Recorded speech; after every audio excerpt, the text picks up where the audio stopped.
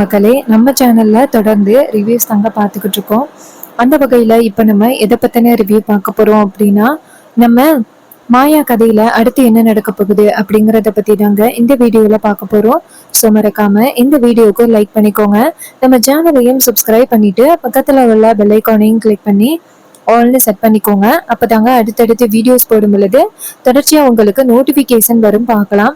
So என்ன நடக்குது அப்படின்னா, நம்ம மாயா வந்துட்டு கடைசி நேரத்துல இந்த கார்த்திய கூட்டிட்டு வந்துடுறாங்க. கார்த்திய கொண்டாந்து கோர்ட்டுல நிக்க வைக்கிறாங்க. நின்னத்தோட அந்த மாயா சைடு உள்ள வக்கீல் சொல்றாரு, இங்க பாருங்க, ஜட்ஜ் அம்மா, ஆதாரத்தை கேட்டீங்க, நாங்க கார்த்தியவே கொண்டாந்து நிக்க வச்சுட்டோம். கார்த்தி உயிரோட இருக்கிறது நிஜமாகிருச்சு. இதுக்கப்புறம் ஜானகி மேடத்து மேல எந்த தப்பும் இல்லை அப்படிங்கிறத நீங்க நிரூபிச்சே ஆகணும் அப்படின்னு சொல்றாங்க. இது கேட்டதோட ஜட்ஜம்மாவும் சரி அப்படின்னு சொல்லிட்டு நேரா கார்த்திய பார்த்து, இங்க பாருங்க, எதுக்காக நீங்க இவ்வளவு பெரிய குற்றத்தை பண்ணீங்க அப்படின்னு கேட்க, அப்ப கார்த்திகை நேரா அவங்க அத்தைய பாக்குறாங்க. அந்த புவனேஸ்வரியும் பசுபதியும் அரண்டு போய் உட்கார்ந்துருக்காங்க. நம்ம ரகுராம் கார்த்திய பார்த்ததோட ஜானகி சொன்னது எல்லாத்தையுமே யோசிக்கிறாரு. ஜானகி என்ன சொன்னாங்கன்னா, கார்த்தி உயிரோடு இருக்கிறது நிஜம், எங்களுக்கு கொஞ்சம் கால அவகாசம் கொடுங்க, அது வரைக்கும் கொஞ்சம் பொறுமையா இருங்க அப்படின்னு நம்ம ரகுராம் கிட்ட ஜானகி ரொம்ப கெஞ்சினாங்க. ஆனா ரகுராம் ரொம்ப பிடிவாதத்தோட இருந்துட்டாரு. அது எல்லாம் ரகுராம் யோசனை பண்ணி பார்த்துட்டு ரொம்ப வேதனைப்படுறாரு. இன்னொரு பக்கம் கார்த்தி அவங்க அத்தைய பத்தி காமிச்சுக்க கூடாது, கண்டிப்பா அவங்க அத்தைக்கு தண்டனை கிடைக்கிறத பார்த்துட்டு ஜானகி ரொம்ப சந்தோஷப்படுவாங்க. மாயாவும் ஜெயிச்சுட்டதான் நினைப்பா. சோ அத்தை தான் இதெல்லாம் பண்ண சொன்னாங்க அப்படிங்கறத பத்தி நம்ம ஜட்ஜம்மா கிட்ட சொல்லக்கூடாது அப்படின்னு நினைச்சுக்கிட்டே நிக்கிறாரு. அப்ப ஜட்ஜம்மா கேக்குறாங்க, இங்க பாருங்க, நீங்க யாரு சொல்லி இதெல்லாம் பண்ணீங்க அப்படின்னு.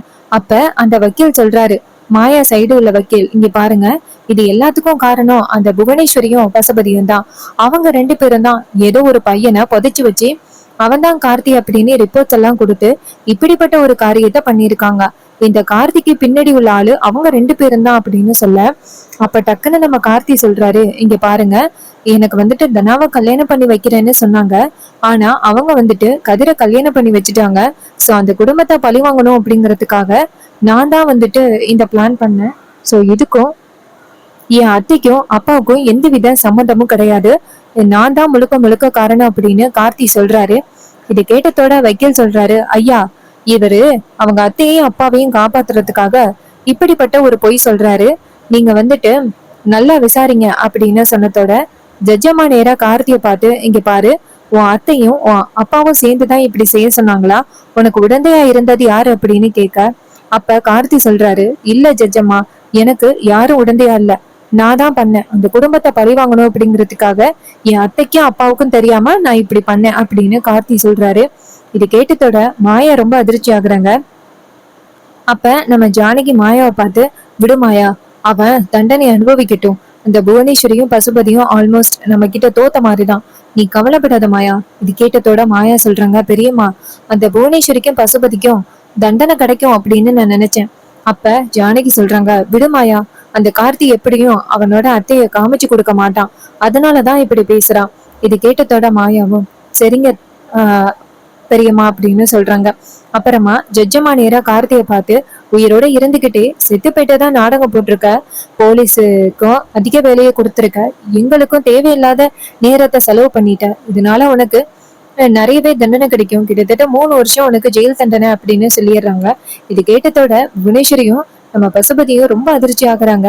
அப்ப நம்ம கார்த்திகோட உள்ள வக்கீல் சொல்றாரு, எங்களுக்கு முன்ஜாமீன் வேணும் அப்படின்னு. அப்ப அவங்க சொல்றாங்க, உசுரோட ஒருத்தன் இருந்திருக்கான், செத்து போயிட்டதான் நாடகம் போட்டிருக்கான், அவனுக்கு போயிட்டு முன்ஜாமீன் வேணுமா? இங்க பாருங்க, நீங்க தேவையில்லாத வேலைக்கு சப்போர்ட் பண்ணிக்கிட்டு இருக்கீங்க, இவனுக்கு கண்டிப்பா தண்டனை கிடைக்கும்.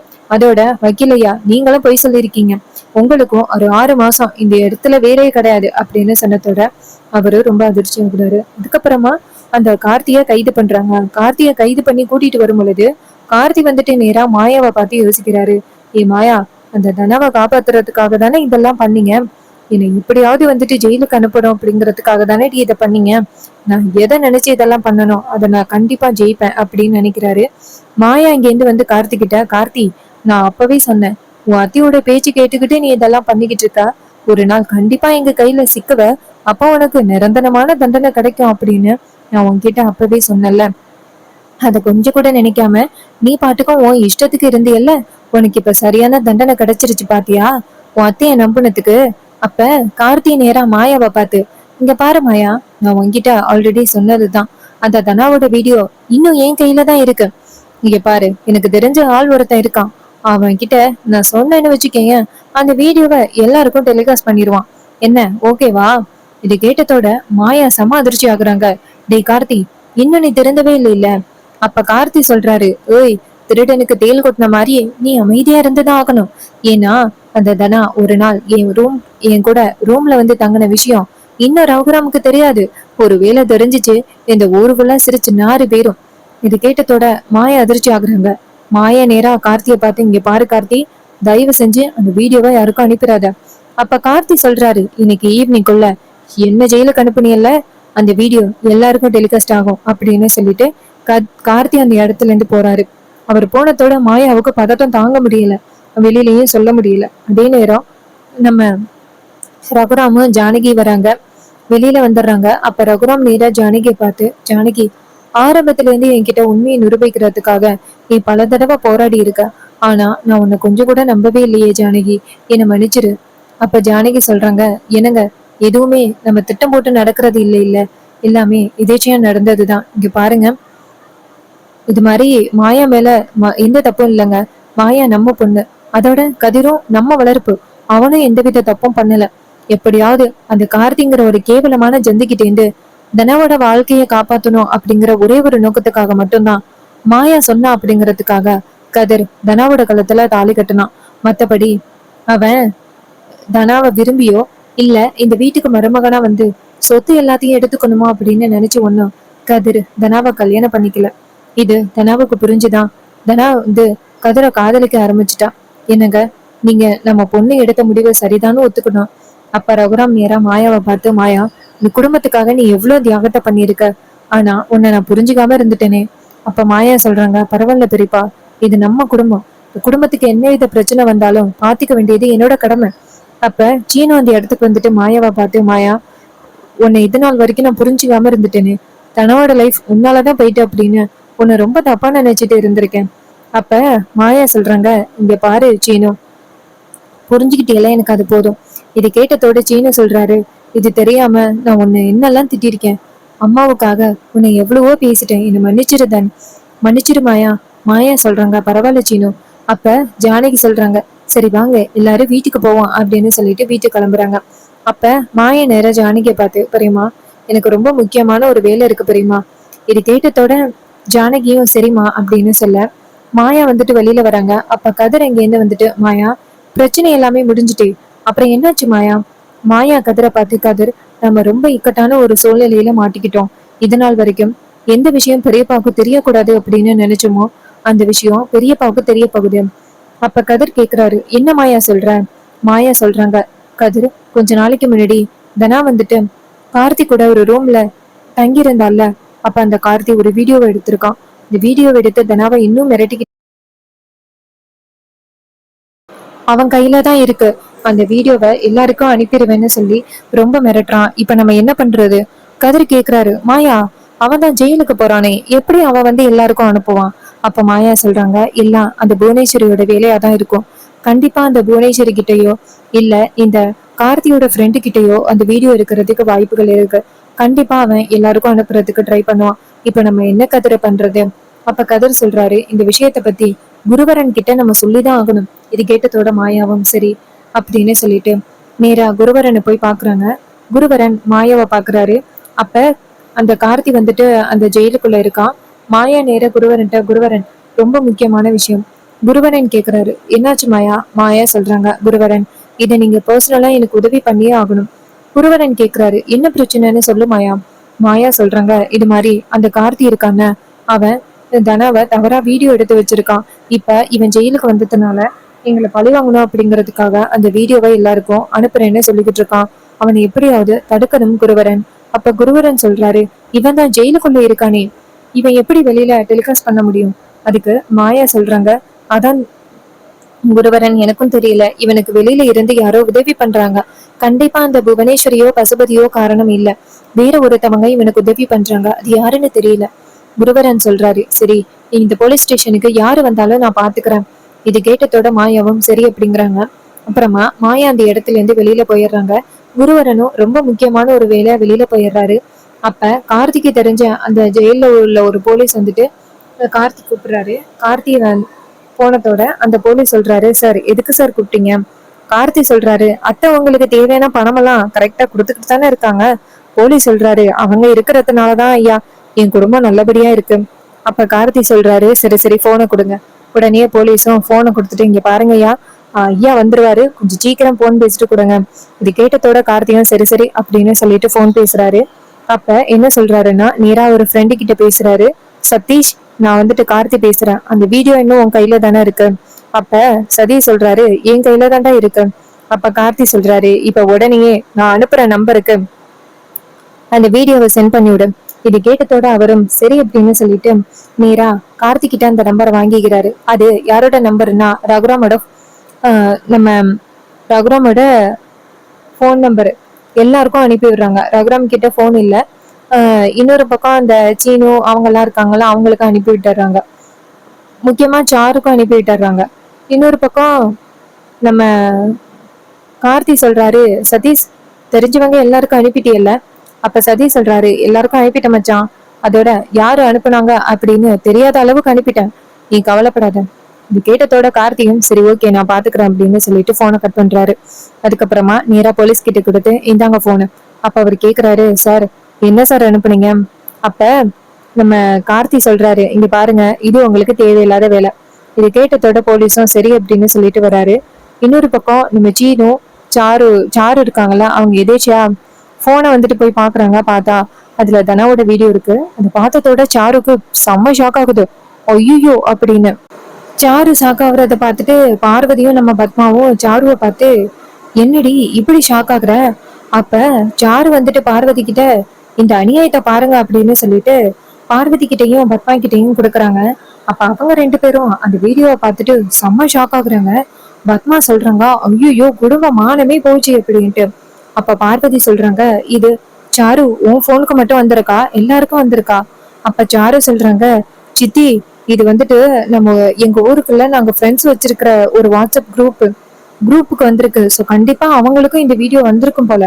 இது கேட்டதோட செம்ம ஷாக் ஆகுறாங்க நம்ம பார்வதியும் பத்மாவும். அப்ப பத்மா சொல்றாங்க, இந்த விஷயத்த பத்தி சீக்கிரம் சொல்லியே ஆகணும், வாங்க அப்படின்ட்டு வெளியில வராங்க. அதே நேரம் நம்ம கதிர் இருக்காருல்ல, அவரோட மொபைலுக்கும் அந்த வீடியோ வருது. அதை பார்த்ததோட அதிர்ச்சி ஆகுறாங்க.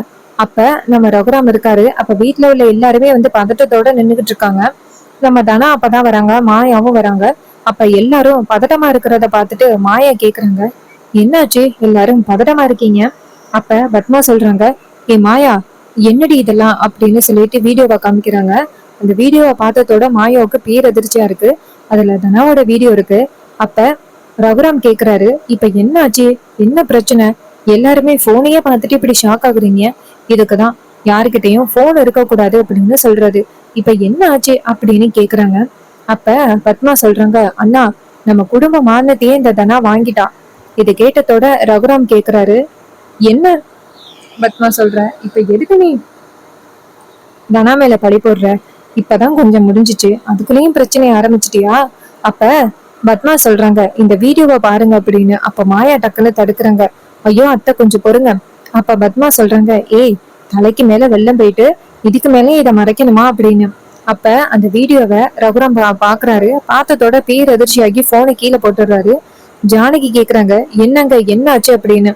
அப்ப நம்ம ரகுராம் வந்துட்டு நேரா தனாவை பாக்குறாரு. தனா கேக்குறாங்க, அப்பா என்னாச்சுப்பா? அப்ப பத்மா கேக்குறாங்க, என்ன ஆச்சா? யாரு கூடடி போயிட்டு ரூம்ல ஸ்டே பண்ணிட்டு வந்த? பாத்தியா இந்த வீடியோ எடுத்து போட்டிருக்காங்க. உனக்கெல்லாம் வெக்கமாவே இல்லையா? இப்படி அண்ணனோட மானத்தை ஒட்டுமொத்தமா வாங்கிட்டே அப்படின்னு சொல்ல தனா ரொம்ப அதிர்ச்சி ஆகுறாங்க. அப்ப ரகுராம் கேக்குறாரு, தனா எப்படி தனா, என்ன தனா நடந்துச்சு அப்படின்னு கேட்க, அப்ப தனா வந்துட்டு அந்த வீடியோவை பார்த்ததோட அதிர்ச்சி ஆகுறாங்க. அப்ப நம்ம தனா சொல்றாங்க, அப்பா எனக்கு தெரியாதுப்பா. அப்ப நம்ம பத்மா சொல்றாங்க, ஏய் கொஞ்ச நாளைக்கு முன்னாடி சொன்னாங்கடி, நீ அந்த கார்த்திகோட ஏதோ பர்த்டேன்னு சொல்லிட்டு ரூம்ல போய் தங்க போன அப்படின்னு புவனேஸ்வரி கொஞ்ச நாளைக்கு முன்னாடி சொன்னாடி. அப்பவே எனக்கு சந்தேகம் வந்துச்சு. பாத்தியா எல்லாமே உண்மைதான், அவங்க சொன்னது எல்லாமே உண்மைதான். நீ இப்படி ஒரு கேடுகட்ட பொம்பளையா இருந்திருக்க அப்படின்னு சொல்லி பேசுறாங்க. தனாவுக்கு அந்த வீடியோவை பார்த்ததோட செம்ம ஷாக் ஆகுது. அப்ப நம்ம ஜானகி வந்துட்டு தனாவை பார்த்து, தனா கவலைப்படாத தனா, பாத்துக்கலாம் அப்படின்னு சொல்ல, அப்ப தனா டக்குன்னு ரூமுக்கு ஓடி போயிட்டு கதவை சாத்திக்கிறாங்க. கதவை சாத்திட்டு தப்பான முடிவு எடுக்க போறாங்க. இன்னொரு பக்கம் எல்லாரும் அதிர்ச்சியாகி ஓடி போய் கதவை தட்டுறாங்க. அப்ப மாயா சொல்றாங்க, தனா என்ன பிரச்சனை இருந்தாலும் பாத்துக்க தனா, வெளியில வா தனா அப்படின்ட்டு கத்துறாங்க. அப்ப கதிர் வந்துட்டு சத்தம் போடுறாரு, தனா நான் இருக்கேன் தனா, என்ன பிரச்சனையா இருந்தாலும் நம்ம பாத்துக்கலாம் தனா, தப்பான முடிவு எடுக்காத தனா அப்படின்னு சொல்லி கத்துறாரு. அப்ப நம்ம தனா சொல்றாங்க, இல்ல எனக்கு வாழவே பிடிக்கல, அஹ் என்னால எங்க அப்பாவுக்கு வந்துட்டு ரொம்ப பெரிய அவமானம் ஆகிட்டு, நான் உயிரோட இருந்து இனிமே என்ன பண்ண போறேன், என்னை விட்டுருங்க அப்படின்னு சொல்லிட்டு தனா அழுகுறாங்க. இதை பார்த்துட்டு கதிர் ரொம்ப அதிர்ச்சி ஆகுறாரு. கதிர் வந்துட்டு சத்தம் போடுறாரு, தனா தயவு செஞ்சு கதவை தராதனா அப்படின்னு சொல்லி சத்தம் போடுறாரு. ஆனா தனா சொல்றாங்க, இல்ல கதிர், இதுக்கு மேல நான் உயிரோட இருந்து என்ன பண்ண போறேன், என்னை விட்டுருங்க அப்படின்னு சொல்லிட்டு தனா அழுதுகிட்டே தப்பான முடிவு எடுக்க போறாங்க. அப்ப நம்ம சிவாவும் நம்ம கதிரும் கதவை உடைச்சாதான் தனாவை காப்பாத்தலாம் அப்படின்ட்டு டக்குன்னு கதவை உடைக்கிறாங்க. இன்னொரு பக்கம் மாயா ஓடி போய் தனாவை பிடிக்கிறாங்க. அப்ப நம்ம தனா சொல்றாங்க, மாயா என்னை விடு மாயா, இதுக்கு மேல நான் உயிரோட இருக்கக்கூடாது அப்படின்னு சொல்லிட்டு சொல்றாங்க. அப்ப மாயா சொல்றாங்க, இங்க பாரு தனா, இந்த மாதிரி ஒரு ஆட்களுக்கு நீ இடம் கொடுக்கற மாதிரி ஆகிரும். இங்க பாரு, இப்படி ஒருத்தன் பண்ணியிருக்கான் அப்படின்னா அவனுக்கு நீ சரியான தண்டனை கொடுத்துதான் ஆகணும், அவனை விடாத அப்படின்னு சொல்லிட்டு சொன்னதோட அப்ப நம்ம ரகுராம் சொல்றாரு, இங்க பாரு தனா, என்னைக்குமே நான் என் பொண்ணு மேல சந்தேகமே பட மாட்டேன். அப்படி ஒரு கேடு கட்டவன் இப்படி ஒரு காரியத்தை பண்ணிட்டான் அப்படின்னா அவனுக்கு நீ இடம் கொடுப்பியா, இங்க பாரு, அவனை விடவே கூடாது, அவனுக்கு சரியான ஒரு பாடம் புகட்டணும் அப்படின்னு சொன்னதோட தனாவும் சரிப்பா அப்படிங்கிறாங்க. இன்னொரு பக்கம் மாயா சொல்றாங்க, பெரியப்பா இது எல்லாமே அந்த கார்த்தியோட வேலைதான், அவன் தான் இப்படி பண்ணியிருக்கான் ஜெயிலுக்குள்ள இருந்து, அவனை இடக்கூடாது. இது கேட்டதோட ரகுராமும் கண்டிப்பா மாயா அப்படின்னு சொல்றாங்க. இன்னொரு பக்கம் நம்ம கதிர் சொல்றாரு, தனா தனா நீ கவலைப்படாத, அவனுக்கு சரியான அப்போ நாங்க வச்சுக்கிறோம். இது கேட்டதோட தனாவும் சரி அப்படிங்கிறாங்க. இன்னொரு பக்கம் பத்மா கேக்குறாங்க, அதே சரி, குடும்ப மானத்தையே இவ வாங்கிட்டா, ஆனா இவளுக்கு போயிட்டு சப்போர்ட் பண்ணணும் அப்படின்னு சொல்றீங்க, கொஞ்சம் கூட வெக்கமாவே இல்லையா அப்படின்னு கேட்டதோட ரகுராம் பத்மா மேல செம்ம கோவப்பட்டு, இங்க பாரு, என் பொண்ணை பத்தி எனக்கு நல்லாவே தெரியும், அவன் என் பொண்ணை ஏமாத்தி இப்படிப்பட்ட ஒரு காரியத்தை பண்ணியிருக்கான், அவனுக்கு போயிட்டு நீ பரிவு பாக்குறியா, இங்க பாரு, என் பொண்ணை பத்தி எனக்கு தெரியும், பத்மா நீ தேவையில்லாம என் பொண்ணை பத்தி தப்பா பேசாத அப்படின்னு சொல்லிட்டு செம்மையா திட்டுறாரு. இதை கேட்டதோட பத்மா செம்ம ஷாக் ஆகுறாங்க. ஸோ இந்த எபிசோட் உங்களுக்கு, ஸோ இந்த கதை உங்களுக்கு எந்த அளவுக்கு பிடிச்சிருந்துச்சு அப்படின்னு மறக்காம கமெண்ட்ல சொல்லுங்க. இதே மாதிரி இனிமே அப்டேட்ஸ் வேணும் அப்படின்னாலும் மறக்காம நம்ம சேனலை சப்ஸ்கிரைப் பண்ணிட்டு பக்கத்துல உள்ள பெல் ஐக்கானையும் கிளிக் பண்ணி ஆல்னு செட் பண்ணிக்கோங்க. அப்பதாங்க அடுத்தடுத்து வீடியோஸ் போடும்போது தொடர்ச்சியா உங்களுக்கு நோட்டிபிகேஷன் வரும் பார்க்கலாம். தேங்க்ஸ் ஃபார் வாட்சிங்.